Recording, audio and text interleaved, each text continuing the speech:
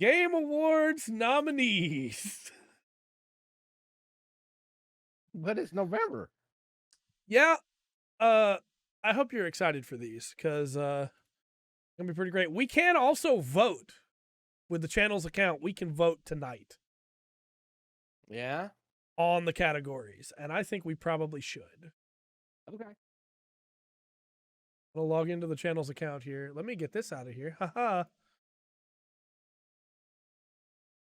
I just realized that showed my email on screen, so that's fun. Not the correct one either. No, that's fun. Not super happy with that. Gonna have to go back through and blur that in the edit. All right. Let's go to the categories. So there are some esports categories. I personally feel like we should probably just skip those. Okay. Because we've made it very clear we kind of just don't care. No offense to the players. Well, yeah. So Yeah. most anticipated game. The nominees are Final Fantasy 16, Hogwarts Legacy, Resident Evil 4, Starfield, and The Legend of Zelda Tears of the Kingdom. What is the category? How are they defined? Most anticipated game. Anticipated. Best game not coming out this year, basically.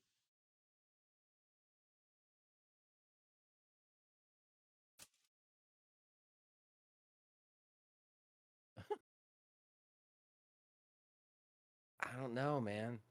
I think for me, it's probably Final Fantasy 16. Yeah, that would But, be that's an interesting one, but that's it almost seems community specific to me. Yeah. I'm also Like- really like- stoked for Legend of Zelda. Yeah, that one seems like a real big one. But Resident Evil 4 is one of the jewels of that series. Also, As well. who's stoked for Hogwarts Legacy? Like, I'm sorry, but Harry Potter fans, I don't care. yeah, I guess so.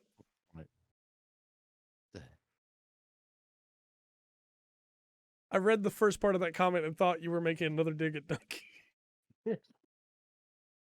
No. I'm leaning towards Legend of Zelda, but I could be swayed. Well, see, that's kind of that's kind of where I'm at too. Is that one? Let's vote then. Yeah. All Go with right. that one. Next Good up, list, though. next up is Best Adaptation. The nominees Okay. are Arcane, League of Legends, of course, Cyberpunk Edge Runners, The Cuphead Show, Sonic the Hedgehog 2, and Uncharted. I wish this was Best Adaptation as in a thing that was turned into a game, but sure. Yeah, kind of went the other way with it from what the title Mhm. seems like. Honestly, I don't like League of Legends. Arcane was really I think good. it has to go to That was my Arcane. vote. I haven't Yeah, seen it me yet, too. but Arcane has gotten that statement from so many people. Yeah.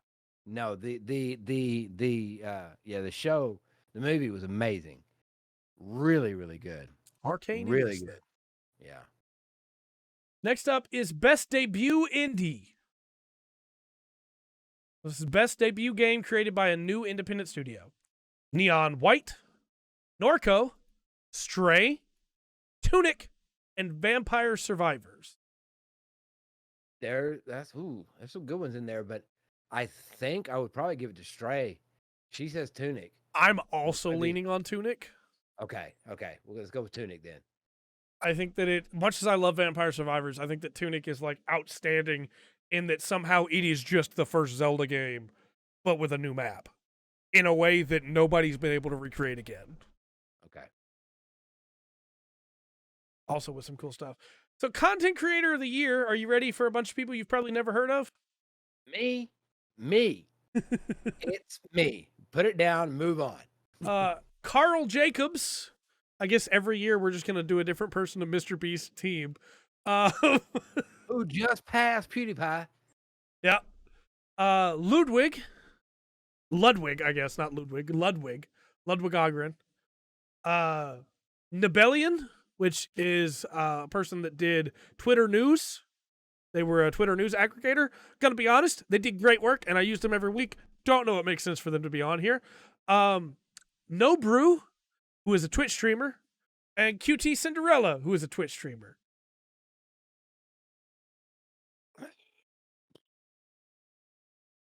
At the end of the day, I don't care. Right. I say we go Ludwig just because I think his performance on stage is going to be the funniest.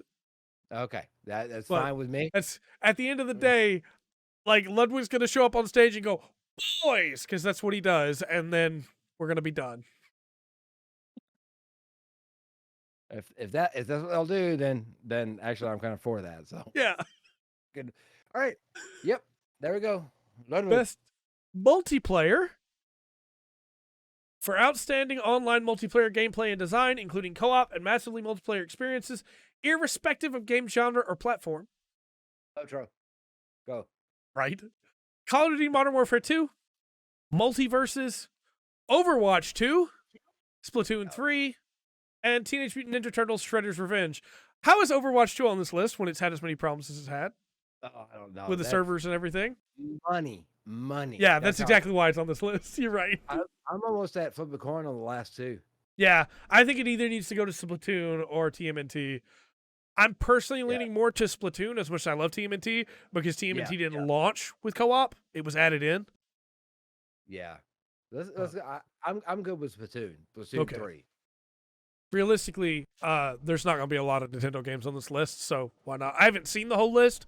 I just know the Game Awards. Right?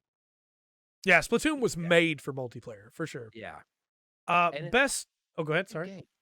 Well, Splatoon's just a good game. It is. It's a good shooter and being silly. It's just, yeah. Very unique.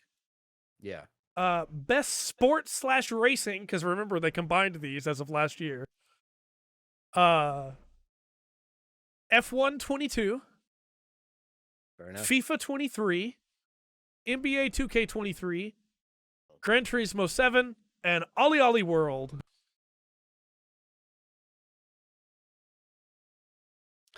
I don't know what to go with here. I'm going to defer to you.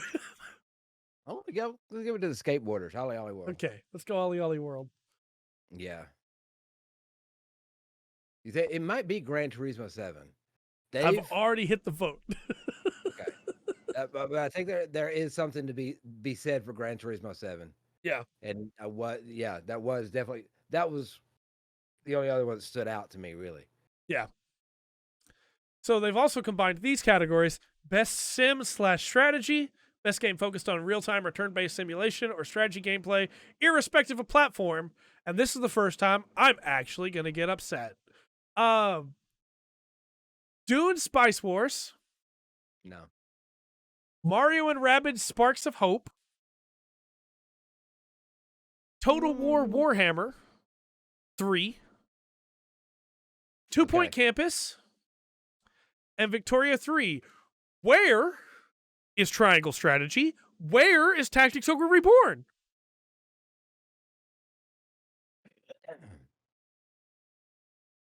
I don't know. And that's kind of a weird list. I know the 40K game has got its fans, but I don't know it's got a whole bunch of fans. Right. No, it's got some very loyal ones. It also launched with really terrible optimization, but it's gotten a lot better. Yeah. I don't know or see. Same answer as Dark. Yeah. I say we go with either Total War Warhammer 3 or Victoria 3, just because I haven't played Mario and Rabbids Sparks of Hope, and I've played those two. Of the two, Mario game being released, it's going to be put on the list whether it's good or not. Yeah. I'm not saying that to crap on Mario. Right. It's just the nature of the beast. Well, and also this is the category they can shove it in and not have to bring it up anywhere else. Yeah. Because it's the Game Awards. I say we give it to Warhammer 3. Okay. Well, we'll do that just for you, Bubba. Thank you. Give it to Warhammer. Best family game. Oh. For the best game appropriate for family play, regardless or irrespective of genre or platform. Okay.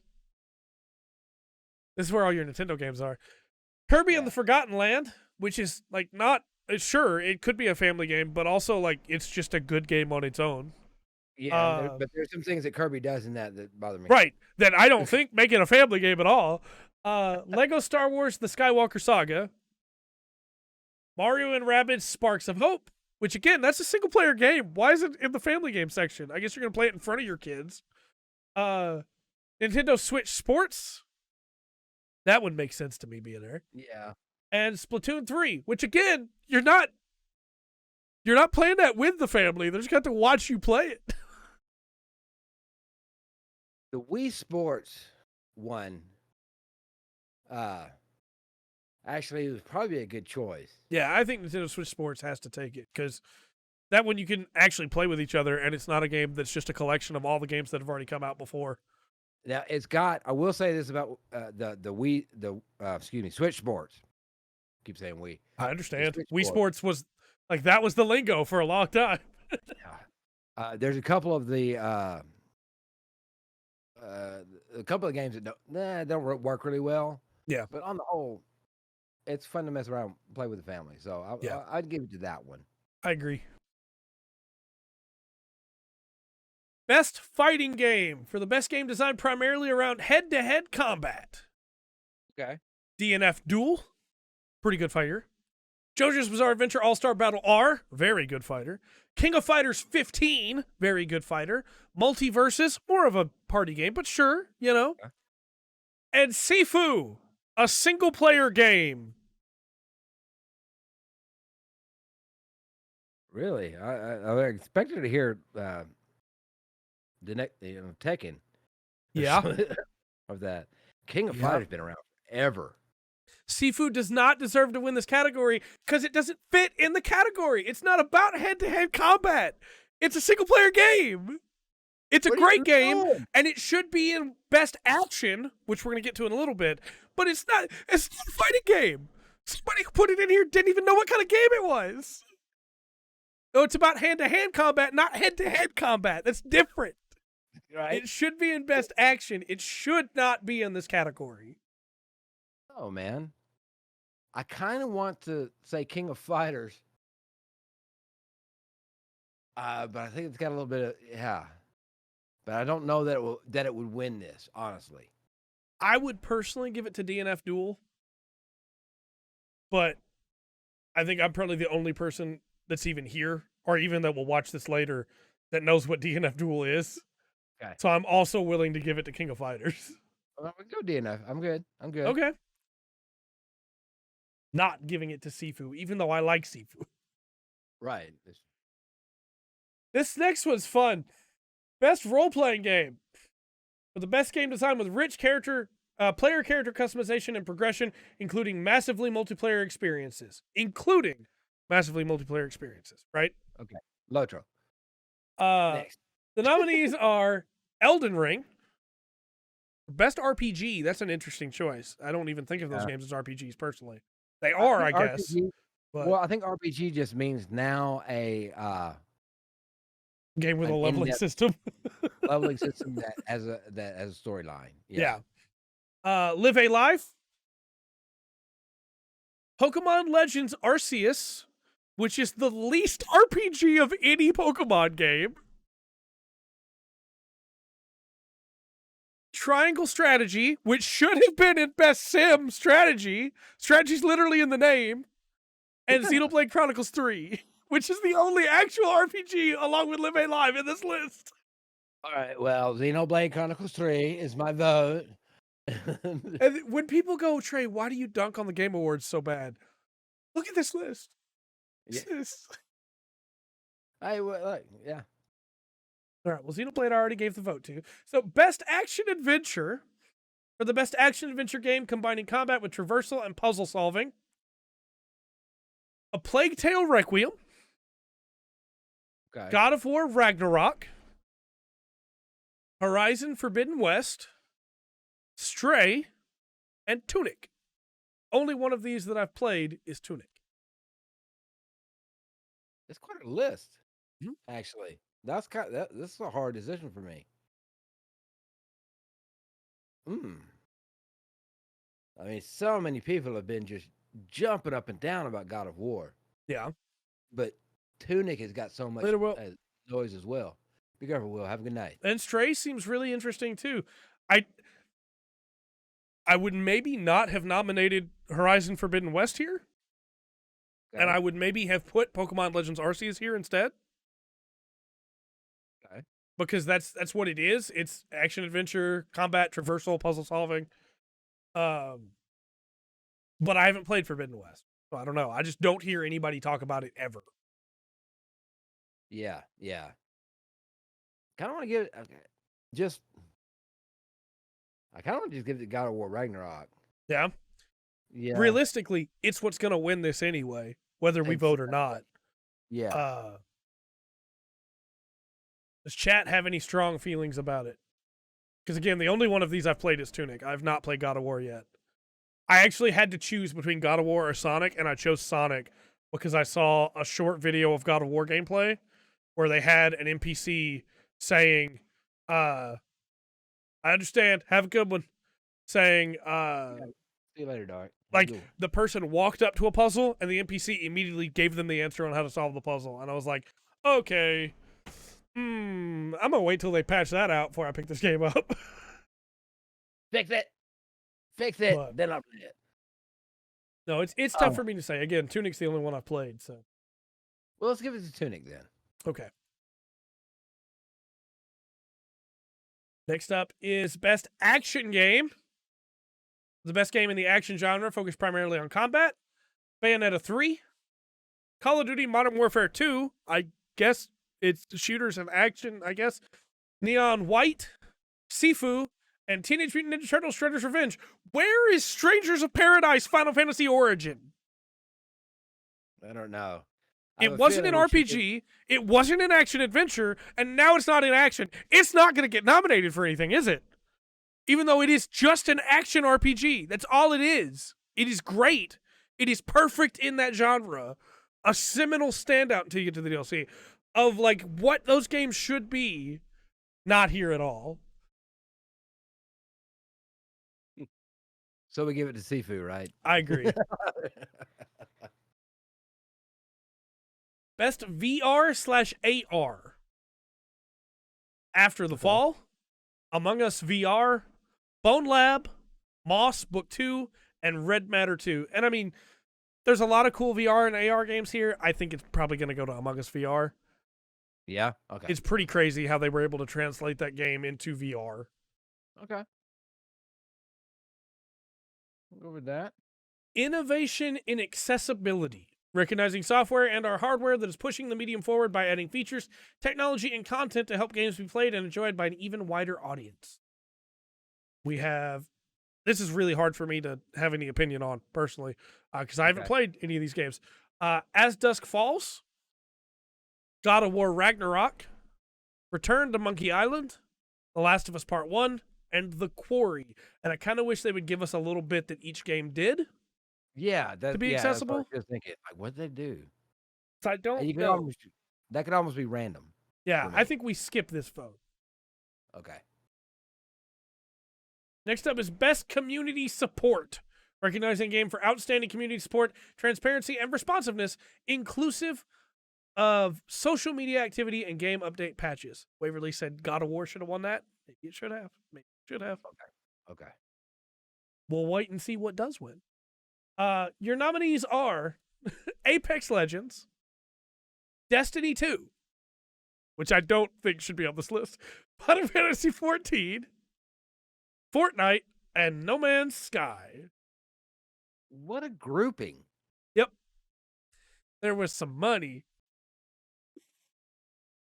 No Man's Sky, maybe? Maybe, yeah. I would say either No Man's Sky or 14. I don't think Fortnite has been like doing... Apex, I know, has some cool stuff, but it's not like they've just been really helping. And Destiny 2 is actively hurting its fan base. So, like, I'd say No Man's Sky. Okay, yeah. Let's do it. All right. Best mobile game. For the best game playable on a mobile device. I'm sure you're excited for these. Yeah. Apex Legends Mobile, Makes sense. Genshin Impact. Makes sense. Marvel Snap. Makes sense. Tower of Fantasy and Diablo Immortal is nominated for Best Mobile Game of the Year. Okay, so if God of War comes to the game, I got to vote for it. Yeah, At apparently. least I have to argue for it. I don't know. I can't believe Diablo Immortal got nominated for Best Mobile Game of the Year. As long as it's not Diablo Immortal, I'm not worried. We can vote where we want to, wherever you feel right about it. I don't want to give it to Genshin, so I say we give it to Marvel Snap. I see a lot of people talk about playing that game. Okay, fair enough. To clarify, I don't hate Genshin. I just can't play Genshin. Best indie game for outstanding creative and technical achievement in a game made outside the traditional publisher system. Cult of the Lamb, Neon White, Sifu, Stray, and Tunic. Oh my gosh. This one I feel like we should probably give to Stray. Because even though it's an indie game, it somehow has gotten talked about like a AAA game. Yeah. I'm good with that. Stray's good. We have 9 more. Okay. Best ongoing, awarded to a game for outstanding development of ongoing content that evolves the player experience over time.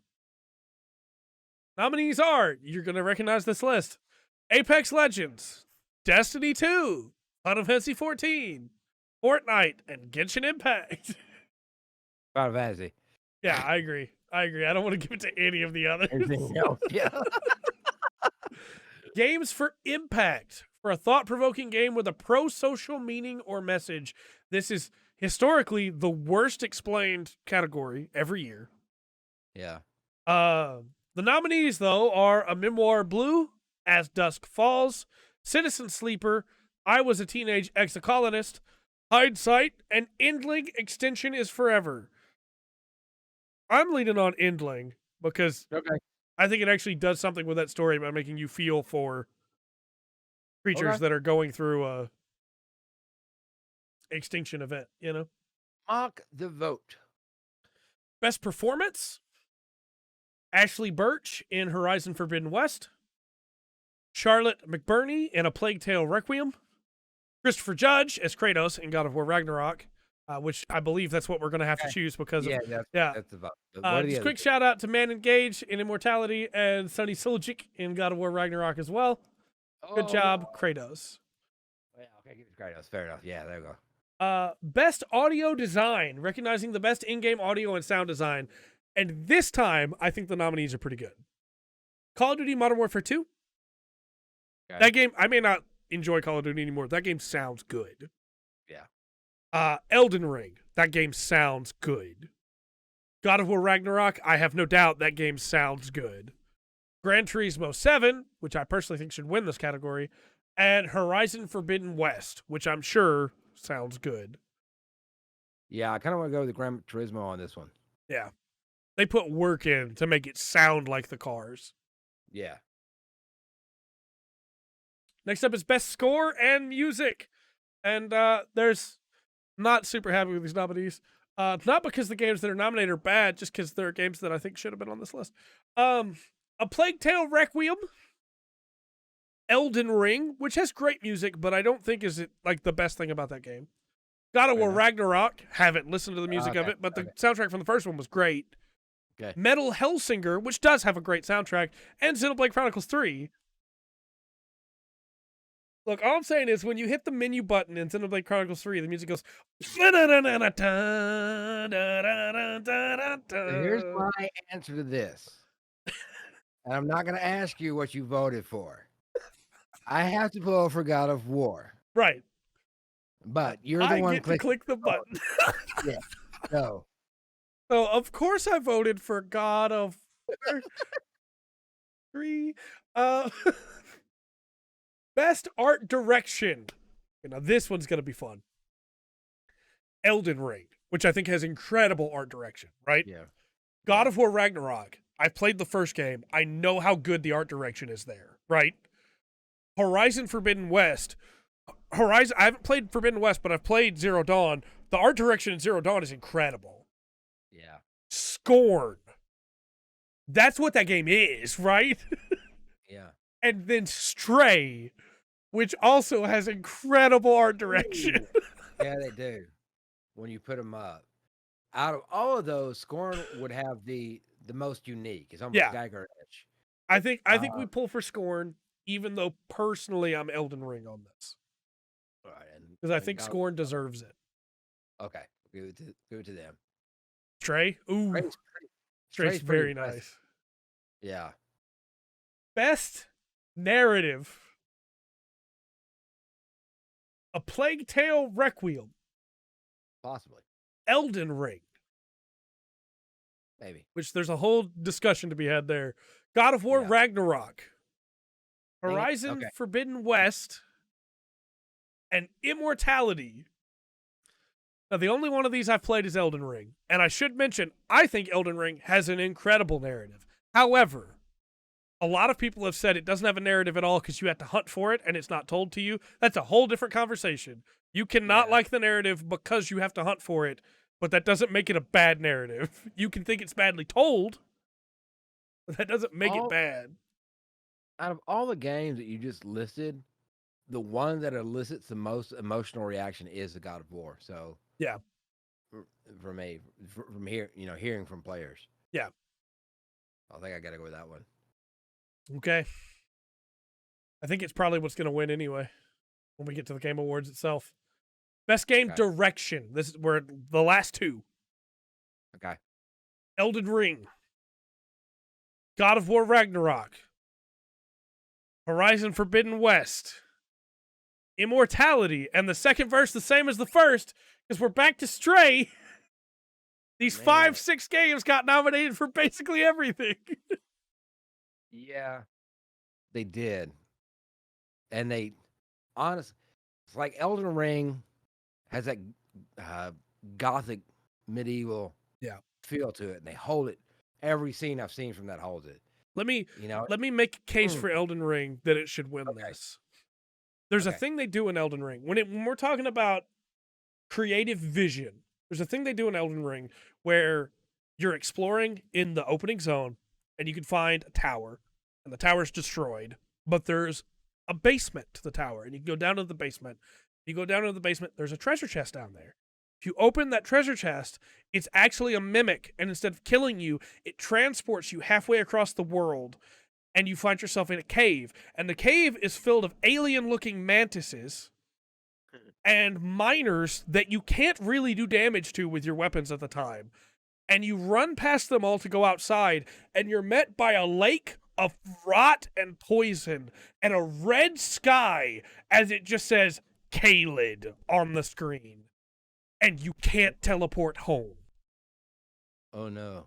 And it is, when you talk about creative vision, you are stuck there until you find a site of grace to be able to go back home. And it is, as soon as I hit that cave, because of course I found that chest, of course I opened that chest.